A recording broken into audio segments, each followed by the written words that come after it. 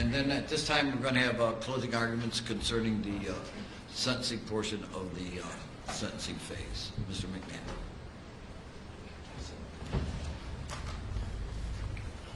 Thank you, Judge. Again, counsel. Your Honor, from the beginning, this case has been devastating. Devastating trial testimony, devastating testimony that you heard today. But the one thing that all of that devastating testimony has in common is Jason Van Dyke. We're here not because of the media reaction to 16 shots. We're not here because of the community's reaction to 16 shots. We're here because Jason Van Dyke committed violent, serious crimes in his capacity as a Chicago police officer. Jason Van Dyke's conduct has been devastating to the Laquan McDonald and Hunter family. Witnessing their son, their grandson, their grandnephew being shot on the streets of Chicago by somebody in a Chicago Police Department uniform, an on-duty police officer, has a devastating impact on Laquan McDonald's family. But his devastation goes well beyond Laquan McDonald and the Hunter family. Jason Van Dyke's conduct has been devastating to the entire community, not just here in the city of Chicago, but across the country. To see someone who we entrust to protect us, to uphold the law, to enforce the law in a way that is fair and that is equal, and to see that individual violate that trust, violate that safety, and violate that sacred bond between the community that gives him the authority to police us, has been devastating. But his conduct has been devastating to the Chicago Police Department as well. Jason Van Dyke, he betrayed his fellow police officers. His conduct was so egregious, so different than every other police officer on that scene. That is why we are here today, because of Jason Van Dyke. You heard from Mr. Joy, Mr. Mayer, Mr. Berthet, Mr. Nance. Nothing I say this afternoon from this podium can speak to you louder or more effectively than what they told you. Not just what happened to them in 2005, in 2007, 2009, and 2011. But how the defendant's actions, how his physical attack has continued to harm them to this day. And those actions have a ripple effect. It doesn't just affect those four gentlemen and those four gentlemen's families, but how Mr. Van Dyke treated those four individuals on what started off as what should have been a routine, straightforward traffic stop.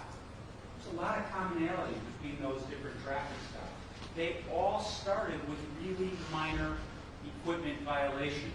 They all ended, except for Mr. Mayer, they all ended with a physical attack and young men being taken to jail.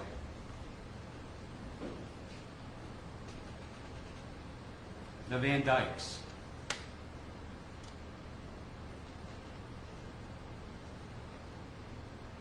It is difficult to sit and listen to the pain, the real pain that the Van Dyke family is going through. But that sympathy, as real as it is, and as real as the challenges are to the Van Dyke family are, they are caused by the actions of her husband, their father, and their son.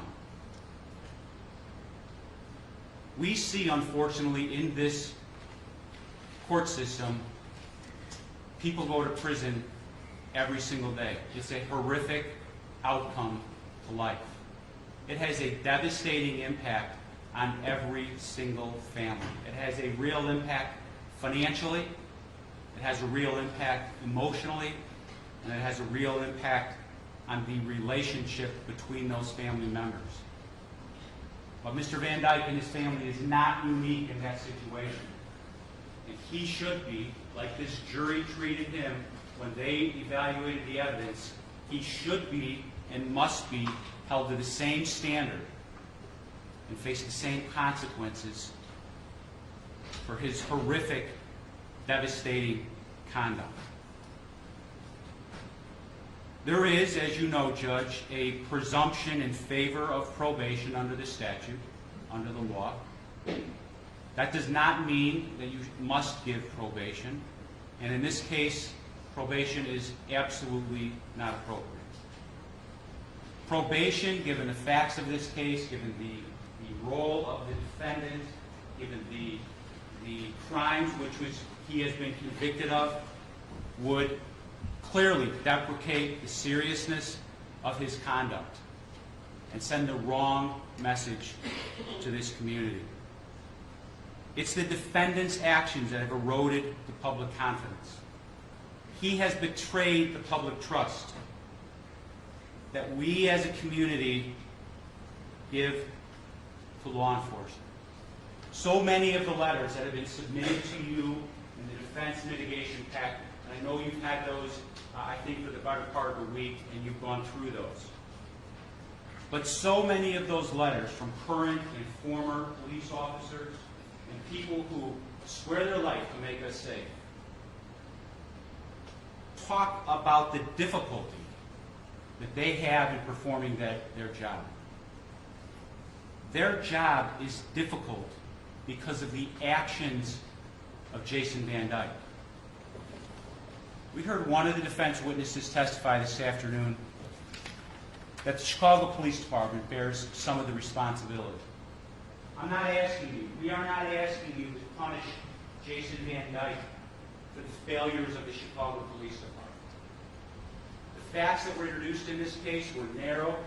They dealt specifically with the issues of Jason Van Dyke shooting Laquan McDonald 16 times. That's what the jury found him guilty of, and that's what we're asking you to sentence him on. The sentence of prison is always difficult. It will be difficult on this defendant, like it is on every other defendant who appears before you. It will be difficult on the Van Dyke family. It will be difficult on the family of law enforcement, not just in this city, but across this country.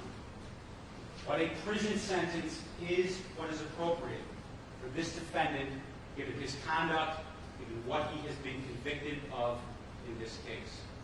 A significant prison sentence, Judge. When you look at his conduct, shooting Laquan McDonald 16 times, a prison sentence of between 18 and 20 years is an appropriate sentence, and we're asking you to sentence him accordingly. Thank you very much, Mr. McMahon.